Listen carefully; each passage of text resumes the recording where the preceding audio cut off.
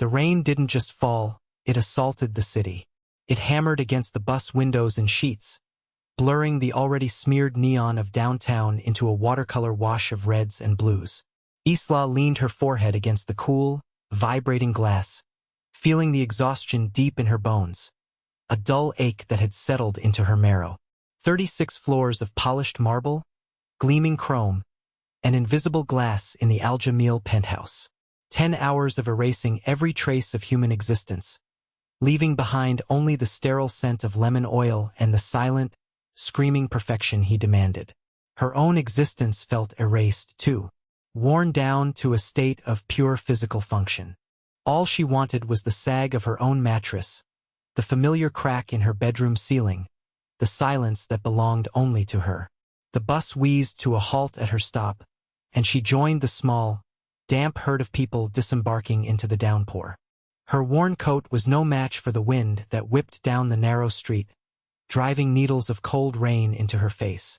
Her apartment building was a squat, brick monolith, a testament to function over form, stained dark with decades of city grime. Home. The word was a comfort and a weight.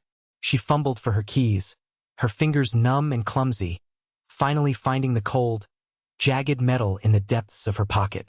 The lock on her third-floor apartment door was stubborn, always had been. It required a specific jiggle, a patient upward lift she knew as intimately as her own heartbeat. Tonight, it turned with an unnerving smoothness.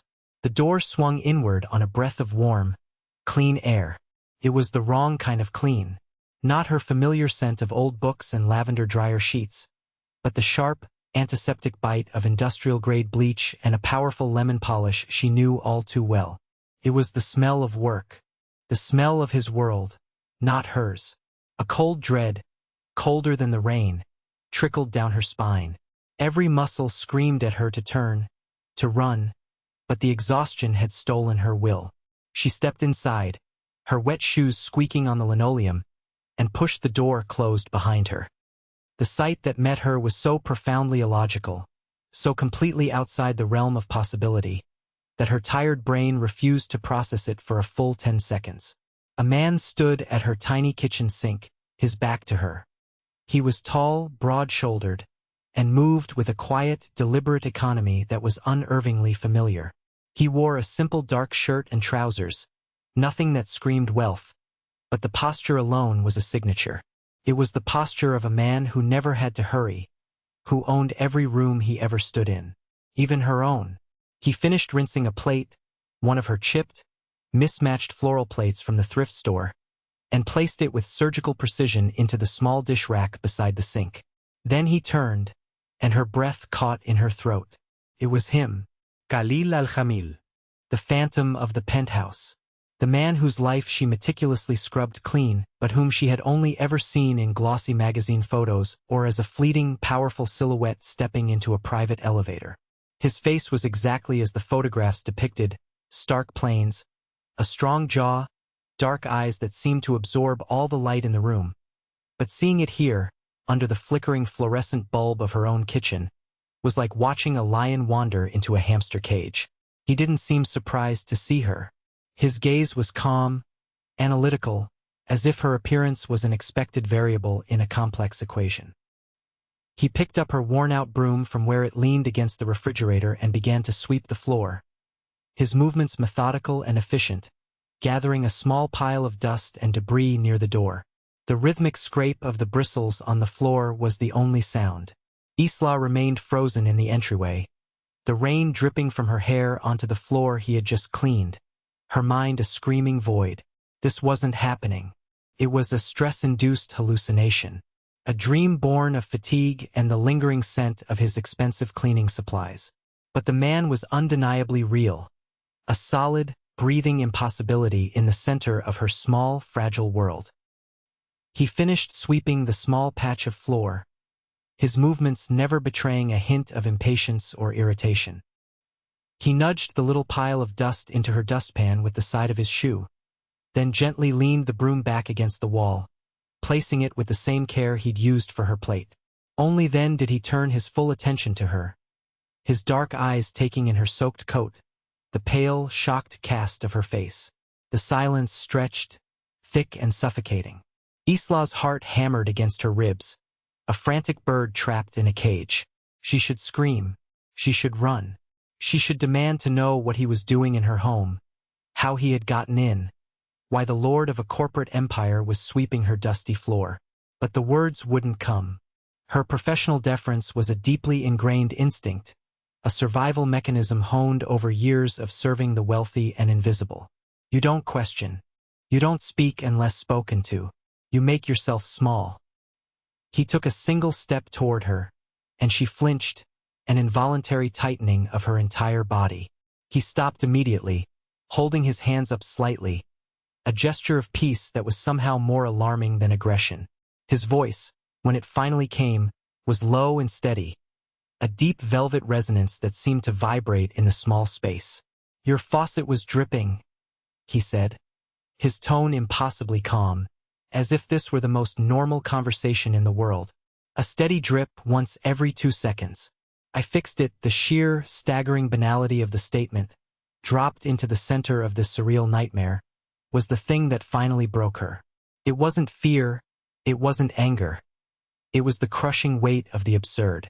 A dam of exhaustion and confusion inside her burst, and tears began to stream down her face, hot and silent. He watched the tears fall, his expression unreadable, before he spoke again, his voice softer this time, cutting through her shock with a simple, devastating truth. "You left your keys." From Khalil's perspective, the entire sequence of events had been a cascade of irrational impulses. He had found the keys himself, a small, simple ring with a single apartment key and a plastic tag from a local library. They were snagged on the handle of a wastepaper basket in his study, a basket she would have emptied. The normal, logical course of action would have been to give them to his head of security. They would have been returned to the cleaning service, who would have returned them to her. An efficient, impersonal process. He had held them in his palm, the metal cool against his skin. The tag read Isla Vance in neat, careful print, with an address on the other side. An address in a part of the city he only ever saw from 36 floors up. He had dismissed his driver for the night and driven himself. He told himself it was a matter of security. An employee having lost keys to his residence was a breach, however minor. He should see her residence, understand the context of the person who moved silently through his life. It was a flimsy excuse, and he knew it. He let himself into her building, the lock on her apartment door turning with an ease that spoke of poor craftsmanship. His only intention was to leave the keys on her small kitchen counter and depart. But the sound had stopped him. Drip, drip, drip, a rhythmic, maddening sound of waste. He'd found a small wrench in a drawer full of mismatched cutlery and tightened the packing nut under the handle. The dripping stopped. The silence that followed was profound. And in that silence he saw her home. Not just the place but the life. A single plate and a fork in the sink. A half-finished book on the arm of a worn sofa. A single, framed photograph of her with an older woman on a small end table. It was a life of quiet solitude and careful budgeting. It was real. And the reality of it, the stark contrast to his own vast, empty spaces, was like a physical blow. He started washing the plate. Then he saw the broom. He didn't know why. It was a compulsion, a need to fix something else, to impose order on this small, struggling space, to leave it better than he'd found it. Then the door had opened, and she was there, soaked, pale, and so utterly exhausted it seemed a strong wind could knock her over. The shock on her face was expected. The slow, silent tears were not. They undid him in a way no boardroom adversary ever could. Isla finally found her voice, though it came out as a ragged whisper. "My keys?" she repeated, wiping at her wet cheeks with the back of her hand. The gesture was clumsy, childish. "How you found them?" He nodded, his gaze steady. "In my study, caught on a bin." He took a small step forward and held them out. The little plastic library tag dangled from the ring. Felt like an accusation. "You shouldn't have," she said, her voice gaining a sliver of strength. "You shouldn't be here. You could have left them with security." It was what she was supposed to say. It was the boundary between employer and employee, a line she had never once considered crossing. "I considered it," he said, his voice remaining level, betraying nothing. But it felt insufficient. "Given the circumstances—" "The circumstances?" she asked, a note of incredulous anger creeping in. "The circumstance is that my boss broke into my apartment to fix my sink." A flicker of something. Was it amusement? Regret? Passed through his eyes. "I used your key," he corrected gently. "I did not break in." The distinction felt academic. He was a force of nature who had trespassed into her life, and the method was irrelevant. He was still holding her keys. She couldn't move to take them. "I want you to leave," she said. The words hung in the air, a flimsy shield against his overwhelming presence. He didn't move. "I have a proposal for you, Isla," he said, using her first name for the first time. The sound of it in his deep voice was both intimate and alarming. "I am terminating your contract with the cleaning service, effective immediately." Panic, cold and sharp, pierced through her confusion. "What? Why? I didn't do anything wrong. I'm a good cleaner." "You are an excellent cleaner," he agreed. "Which is why I am offering you a new position, working for me directly, as a personal assistant." She stared at him, dumbfounded. "A personal assistant? I don't know anything about that. I clean toilets." "You are organized, discreet, and trustworthy enough that I felt comfortable entering your home," he stated, as if it were a line on a resume. "The rest can be taught. This is a professional arrangement. The pay will be substantially higher. It is, from my perspective, a necessary security measure after this lapse." He framed it as business, as a solution to a problem she had created by losing her keys. But it felt like a cage, beautifully gilded and offered with a velvet glove. Khalil watched the storm of emotions on her face. Confusion, fear, suspicion, and beneath it all, a flicker of exhausted calculation. He could see her weighing the options, the terrifying strangeness of his offer against the crushing reality of her life. He knew what her salary was from the cleaning service. He knew what rent in this building cost. He knew that the substantial raise he was offering wasn't just an improvement. It was a lifeline. He hated that fact. He hated that his power, the very thing that defined him in the world, was now the primary tool in this bizarre, delicate negotiation. He had come here to return a set of keys and had instead found himself trying to purchase a place in her life. Why? The question echoed in the silent, analytical part of his mind. He had spent his life surrounded by people who wanted something from him. His wealth was a gravitational force, pulling sycophants and schemers into his orbit. They all wore the same hungry expression, the same calculated deference. Isla had never looked at him that way.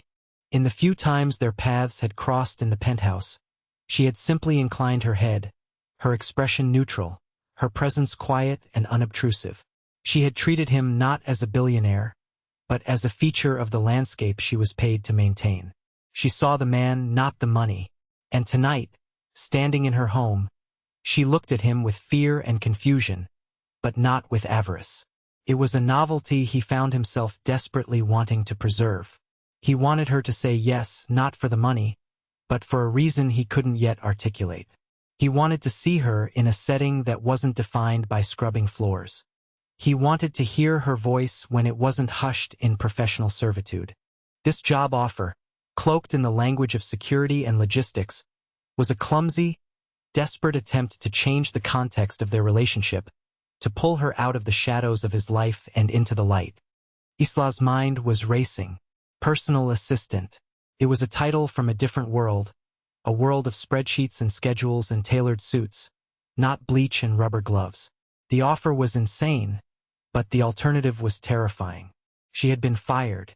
In the middle of the night, in her own apartment, she had lost her job. The rent was due in a week. The panic was a physical thing, a tightening in her chest that made it hard to breathe. He was offering her a way out, but it felt like walking deeper into a trap. To be near him every day, under his direct authority, subject to his whims. The power imbalance, already a chasm, would become an entire universe.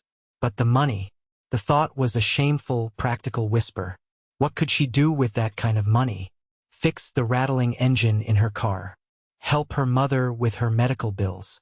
Sleep at night without the gnawing anxiety of financial ruin. He was leveraging her poverty against her pride, and they both knew it. "I'll need to think about it," she said, the words tasting like a compromise. "Of course," he said, his expression unchanging. "I'll have a formal offer sent to you in the morning. For now," he gestured toward the keys still in his hand. She finally moved, her legs stiff, and took them from him. His fingers brushed against hers, a brief, dry warmth that sent a strange jolt up her arm. She pulled her hand back as if burned. The first few weeks of the new job were a study in surrealism. She traded her dark blue uniform for simple, professional clothes she bought at a consignment shop. She learned to manage his impenetrable schedule, to field calls from men whose names she recognized from the news, to exist in the silent, air-conditioned world of his corporate office. He was a demanding boss, his standards for efficiency as exacting as his standards for cleanliness. But he was not unkind. He was meticulously professional, keeping a careful distance. Yet, the memory of him in her kitchen, broom in hand, was a ghost that haunted every interaction. An unspoken intimacy connected them, a shared secret in the sterile environment of his life.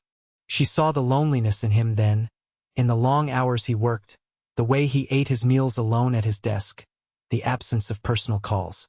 She found herself watching for cracks in his marble facade. The crisis came not with a bang, but with a quiet, vicious remark at a charity gala she was required to attend. A business rival of Khalil's, a man named Marcus Thorne, cornered her by the bar. "I remember you," Thorne said with a smug smile. "You used to clean my cousin's floors." Al-Jamil must have a taste for charity cases. The words were designed to humiliate, to reduce her back to what she was, to remind her that she didn't belong. Khalil saw the exchange from across the room. He saw the way Thorne leaned in, the cruel twist of his lips. He saw the flicker of pain and shame on Isla's face before she masked it with a cool professionalism. And something inside him, a cold, tightly coiled thing he kept locked away, finally snapped. The quiet menace he usually held in reserve became a palpable force. He crossed the room in a few long, silent strides, his presence immediately shifting the atmosphere around them. He didn't raise his voice. He didn't have to. He placed a hand on Isla's elbow, a simple, proprietary gesture that was more powerful than a shout. He looked at Thorne, his eyes flat and cold as polished stone. "Marcus," he said, his voice a low, dangerous purr. "I was just telling my colleagues what a visionary you are. So forward-thinking, divesting from your shipping logistics just before the quarterly reports. A bold move, or a desperate one-inch?" Thorne's face went pale. Khalil had just, in one veiled sentence, hinted at insider knowledge of Thorne's impending financial collapse. It was a surgically precise threat, delivered with a smile that didn't reach his eyes. Thorne stammered an excuse and melted back into the crowd. The entire confrontation had lasted less than 30 seconds. Khalil turned to Isla, his expression still hard. "Are you all right?" he asked. She nodded, though she was trembling. "I'm fine." He looked at her, truly looked at her, and the anger in his eyes softened into something else, something raw and unguarded. "No, you're not," he said softly. "Let's go." He led her out of the gala, his hand never leaving her arm. The ride back in his car was silent, the city a river of blurred lights outside the tinted windows. He drove, his knuckles white on the steering wheel. When he finally pulled to a stop outside her apartment building, he cut the engine but made no move to get out. He turned to her in the darkness of the car, his face shadowed and intense. "That night," he began, his voice rough with an emotion she couldn't name. "In your apartment. It wasn't about the keys." "Not really." Isla sat perfectly still, the hum of the city outside suddenly muted, the world shrinking to the confines of the leather-scented car. She watched him, waiting. The controlled facade he wore like armor was gone, replaced by a stark, unnerving vulnerability. This was the man from her kitchen, not the CEO from the boardroom. I had seen you before, he continued, his gaze fixed on the rain-streaked windshield, as if the words were too difficult to say while looking at her. In the penthouse, you were always so quiet, so self-contained. Everyone else in my life is loud. They want things. They perform. You just were. He paused, searching for the right words. You were cleaning the large windows in the main gallery one afternoon. The sun was setting. You were just a silhouette against the orange sky. You put your hand to the glass, and for a second, I thought you were going to fall. But you were just feeling the warmth. It was a small, quiet, human moment. And my life is not full of those. His confession settled in the space between them, heavy and fragile. I found your keys, and it felt like an opportunity. A reason. I know how it looked. I know the power I have, the position I put you in. It was a clumsy, selfish thing to do, but I just wanted to see your world, the one you returned to after you left mine. He finally turned to look at her, and the raw emotion in his eyes stole her breath. It was a devastating combination of regret and longing. I am not a good man, Isla. I am a man who gets what he wants. And standing in your apartment, fixing your faucet, it was the most peaceful I have felt in a decade. I wanted more of it, more of you, the truth of it, stripped of all pretense and professional framing, was overwhelming. He wasn't her boss offering a job. He was a profoundly lonely man who had used the only tools he had, power and money, to clumsily reach for a connection he didn't know how to build any other way. The barrier between them, the one she had so carefully maintained, dissolved into nothing. She saw him not as Khalil al-Jamil, the billionaire, but as Khalil, the man who had swept her floor because he didn't know how to say he was lonely. The silence that followed his words was not empty. It was filled with everything that had gone unsaid for weeks. The shared glances across a boardroom table, the careful professionalism that masked a deeper awareness, the ghost of an intimacy born in a tiny, third-floor apartment. Isla thought of her own lonely life, the quiet evenings with a book, the feeling of being an invisible cog in a giant, glittering machine. She had seen his world as a cage of gold, but hers was a cage of circumstance. Perhaps they were not so different. I wasn't just afraid of you that night, she said, her voice barely a whisper, but clear in the quiet car. I was bewildered. No one has ever done something like that for me. Something so simple and so complicated. She looked at her own hands, twisting in her lap. When Marcus Thorne said what he said, I wasn't just humiliated. I was angry that he was trying to put me back in a box that I was just starting to feel like I could climb out of. A box you pulled me out of. She lifted her gaze to meet his. I have felt it too. The pull. The curiosity. I kept telling myself it was just gratitude for the job, for the opportunity. But it wasn't. It's more than that. Admitting it felt like stepping off a cliff.